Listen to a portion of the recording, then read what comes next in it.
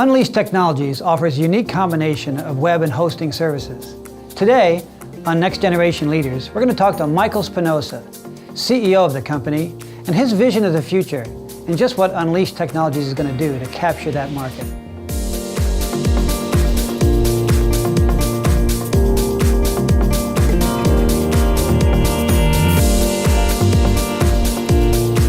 Michael, thanks for coming by and spending a little time talking about your company, Unleashed Technologies, your leadership style, and really grooming the next generation leaders in your company.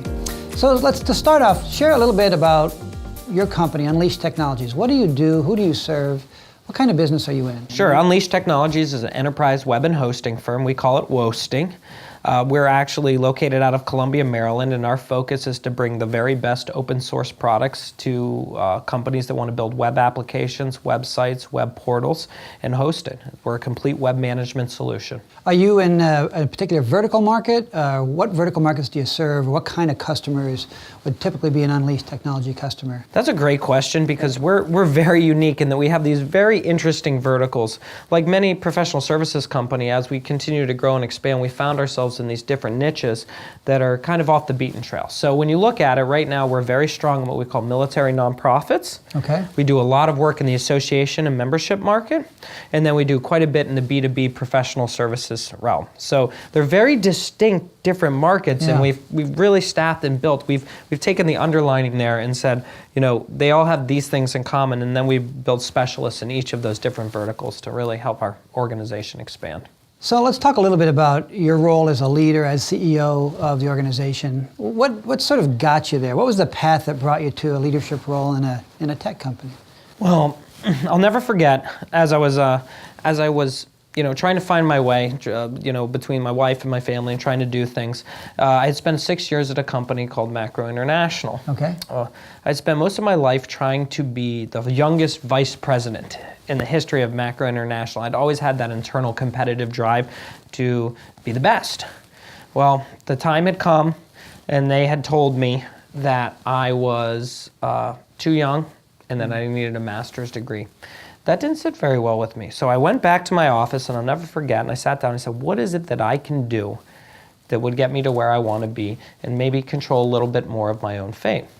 And when I looked at the web business, and I said, I know all about development. I had programmed 3 systems for the White House at that point. I was very strong. I just had a very technological background. And at Macro, I was actually a hosting engineer. Okay. I was a systems and security engineer. So I had this very dynamic background. And I said, if I put a pin in the map, and I I go out a radius of 5 miles and just go all the way around, let's do the whole thing. I said, there's 100 of these firms. Why would I ever do this? I didn't find that anybody was doing it particularly well or professional. And the ones that were so far and away that there wasn't much in the mid-market. Okay. So I reached out to my partner, and it took a while to get back to that salary range, but we started Unleashed Technologies, just 2 of us and $800 startup capital. That's exciting. So when you started building out your team, maybe technical or sales or business development or production, however you define it, what did you look for in those first few employees and the people that you knew they were going to take on more and more responsibilities? A commitment to excellence, but more importantly, a sense of ownership. Everybody has to have a sense of ownership, because when you enter a saturated market and you're trying to define a differentiator, it takes a bunch of really bright people that genuinely feel like, this is something that's important to them, that it's beyond, just another job. And that's what I really look for. And, that really came from a lot of very passionate, really well-motivated young people. Mm-hmm. And we've been together ever since. I have my average employee duration is over 6 to 7 years. Well, that's impressive. So the attributes that you looked for in those first handful of folks, is that shifted now that you've become a more mature company? Maybe built some additional processes? Is it as entrepreneurial as it was?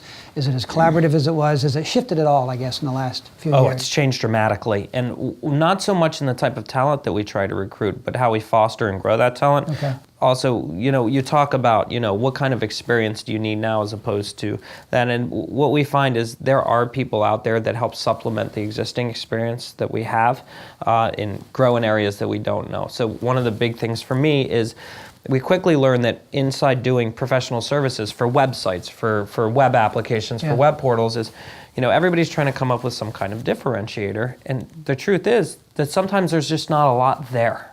There's not a lot there. And we said, well, not in the service, but what about the delivery of the service? So about the second year in business, myself and a group of young people, my partner, we came up with this fantastic model called growth packages, where we basically believe that the web is fluid and always in motion, that it never stops. A project scope does not exist. It's a folly. So we literally do business completely differently than all other web firms, in that we work against the website month to month, and you can have access to any level of professional for one low hourly rate, and it just continues to grow and expand with you. That has been our claim to fame. Yeah, that's an interesting business model. Yeah. Is there a blend now into sort of how the business will shape over time? Will it be more difficult to maintain that sort of collegial, fun atmosphere as you grow? Do you have plans on how to sort of manage your way and lead your way through that? Yeah, I think that whenever you start growing an organization, I think it's when senior leadership becomes disconnected from the individual that we see a cultural shift that is happening right under your nose, but you may not know about it. So that's what we're really talking about. But what I have to translate down to middle management and senior executives is that their personal lives matter. In America, our lives are more intertwined, personal and professional, than they've ever been before.